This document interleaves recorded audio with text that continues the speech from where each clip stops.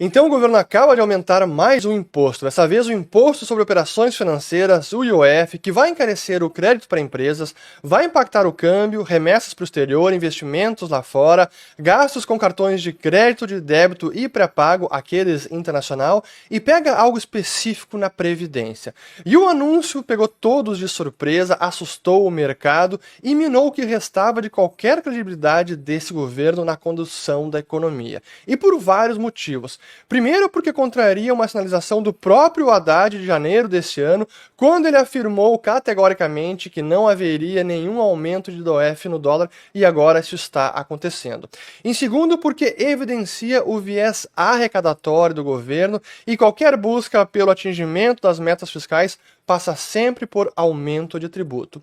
Em terceiro lugar, porque é uma medida fiscal, mas com contornos de controle de câmbio, o que é um retrocesso na ideia de conversibilidade da nossa moeda e representa, sim, um fechamento de capital do nosso país.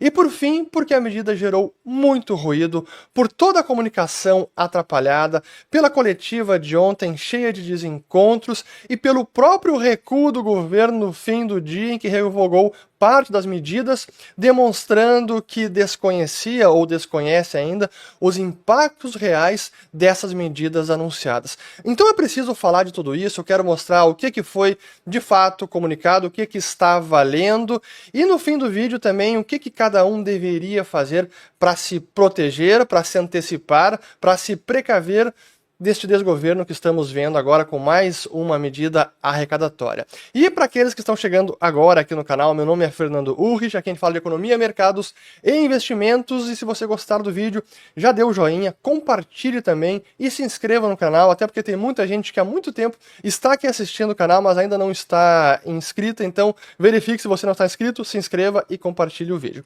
Pois bem, muita coisa foi anunciada e foi exatamente no finalzinho do dia de ontem, quinta-feira, 22 de maio, já no meio da tarde, começaram a vazar os rumores de que haveria um anúncio sobre o IOF, possivelmente algum aumento, mas em paralelo haveria também uma coletiva sobre um relatório de despesas do governo e o anúncio do IOF viria depois. Isso por si só já trouxe muito ruído, porque toda a imprensa estava ali presente, indagando o Haddad sobre o que era o IOF, o que estava acontecendo, e ele tendo que dizer, não, primeiro vamos falar do relatório de despesa, e o IOF é depois, esse anúncio é às 5 da tarde, depois que o mercado fechar, mas algo já havia vazado e já trouxe bastante turbulência, volatilidade e preocupação de todos. Mas é preciso falar das medidas que foram anunciadas. Eu separei aqui os principais slides aqui dessa medida de equilíbrio fiscal, como eles trouxeram aqui, e os slides que eles utilizaram na apresentação, que depois acabou circulando.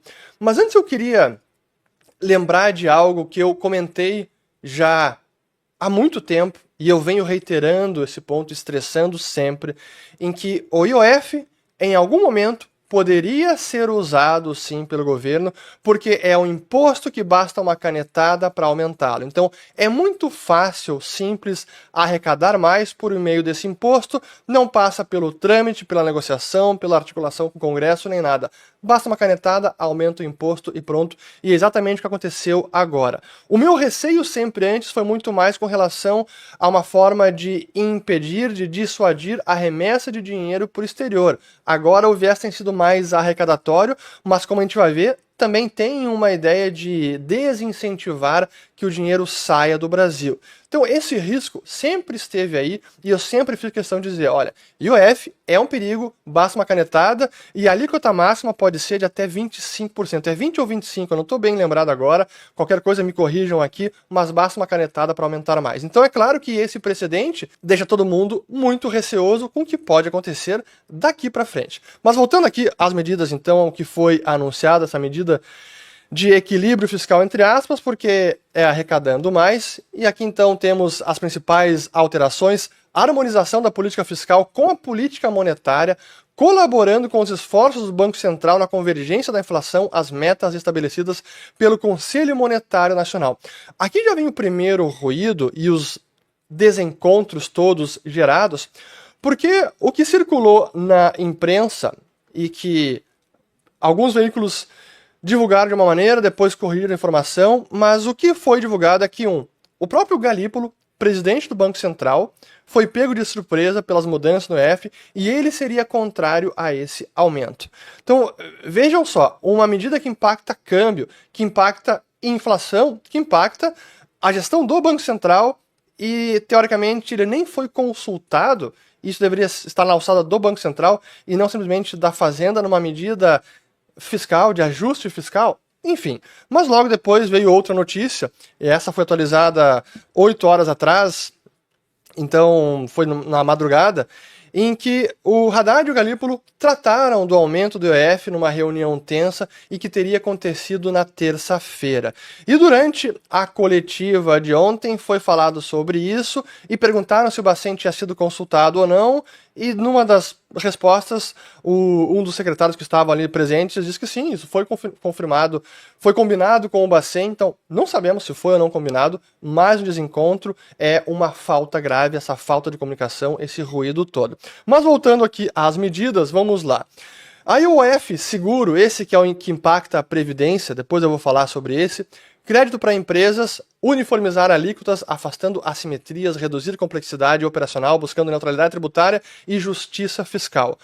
IOF câmbio, uniformizar também as alíquotas, afastando distorções, harmonizando do sistema e contribuição para a redução da volatilidade cambial. O que para mim aqui já é indignante, e que é algo até... Eu separei alguns tópicos aqui porque eu não quero me esquecer. Não tinha muito roteiro, esse vídeo não estava planejado, obviamente, mas como saiu esse comunicado, a gente teve que se preparar. Mas o que é sempre notório e revoltante é que sempre que se fala de harmonização, justiça tributária, isonomia, unificação, distorções, corrigir distorções, é sempre no sentido de elevar as alíquotas. Então, se há uma distorção entre alíquotas, há uma que é mais alta e outra que é mais baixa, a resposta do governo é sempre, bom, então vamos aumentar todas. Nunca se pensa, quem sabe, reduz todas. Eu vou falar mais sobre isso porque tem um caso aqui que também é mais um revoltante, mas é sempre no sentido de aumentar. Ah, vamos uniformizar, então aumenta para todo mundo. Vamos aumentar mais o imposto.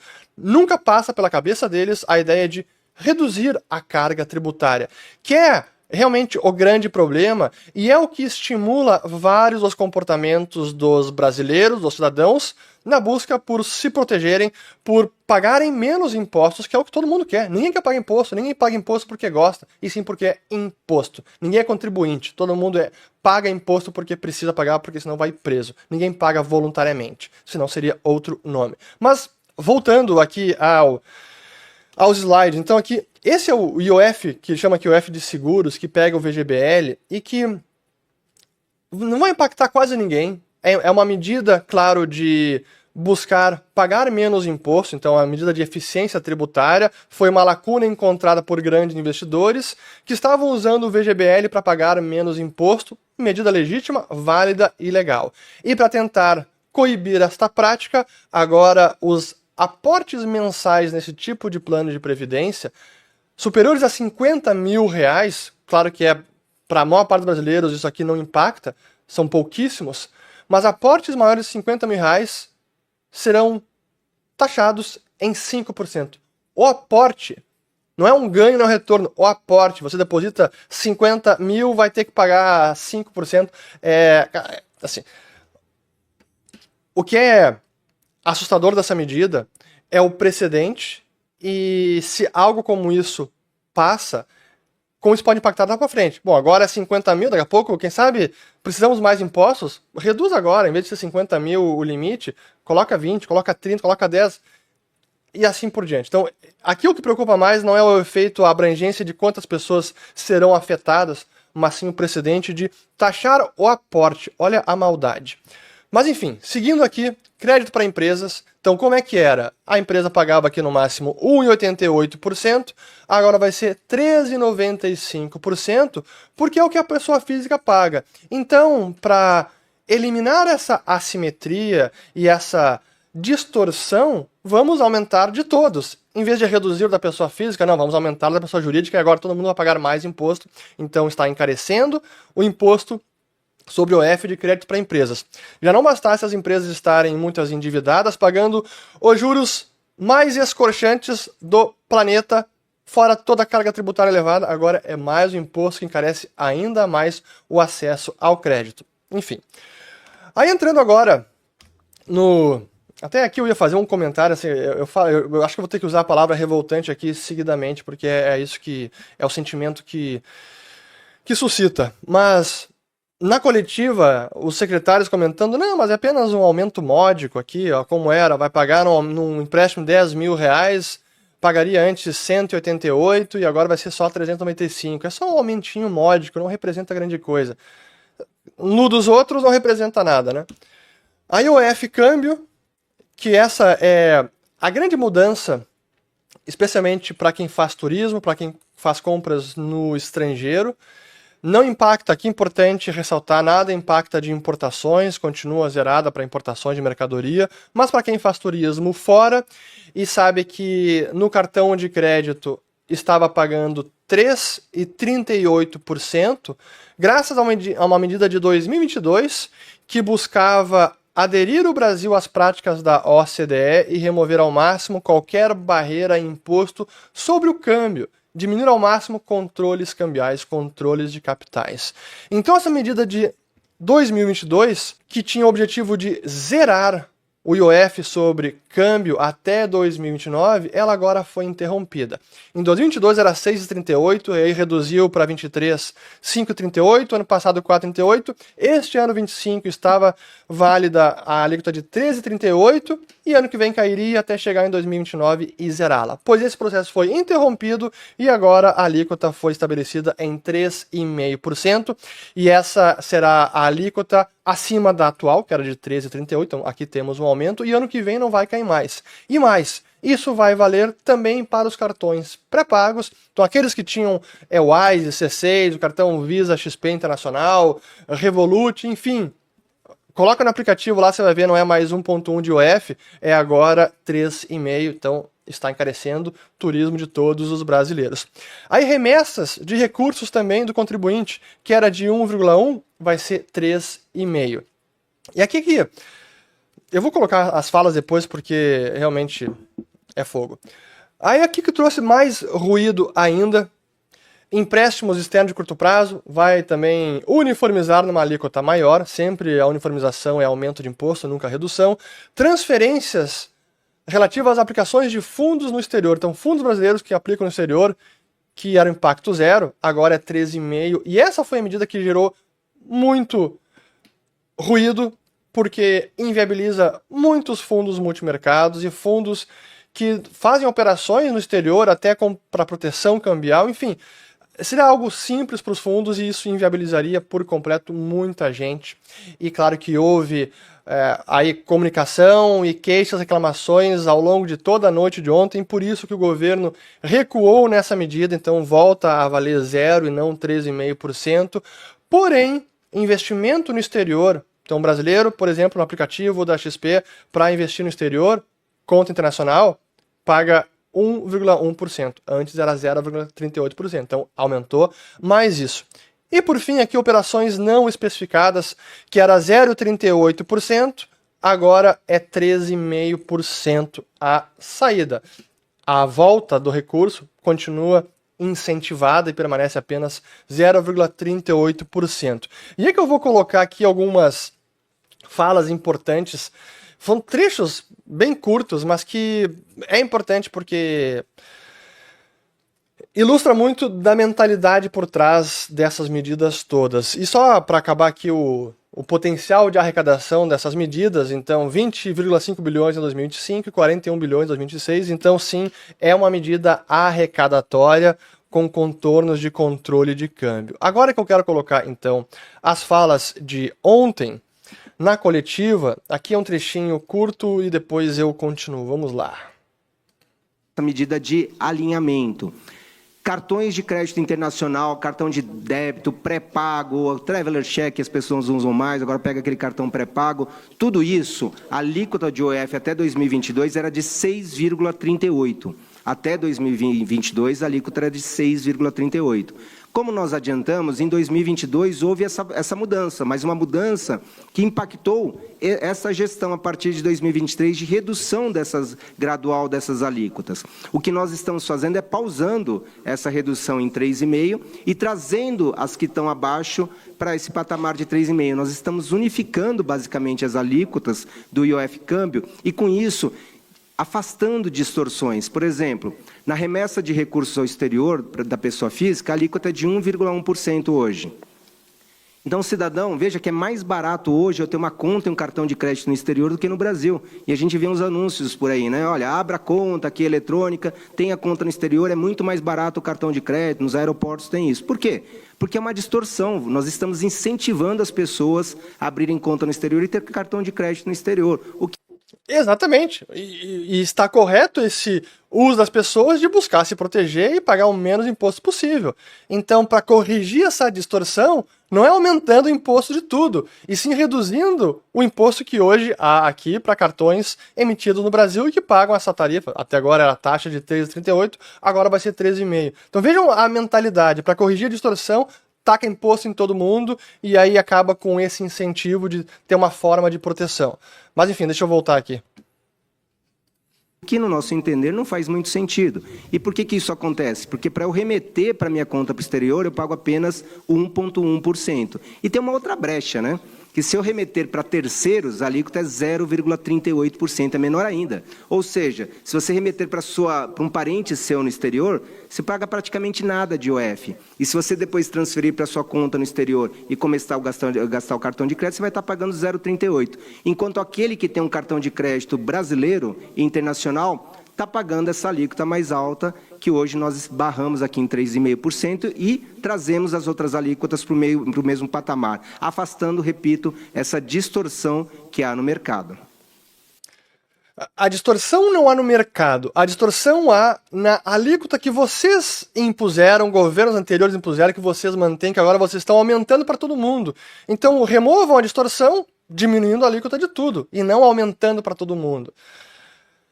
Enfim, é realmente indignante. Eu tenho mais, acho que 2 trechos aqui rápidos e depois eu vou ter que encerrar porque eu não quero que fique muito longo esse vídeo, já está aqui com 17 minutos, então vamos lá aqui mais um trecho. Vamos lá. Aquelas que não estão listadas ali, as operações não listadas, têm uma alíquota residual de 0,38%, que gera muito problema.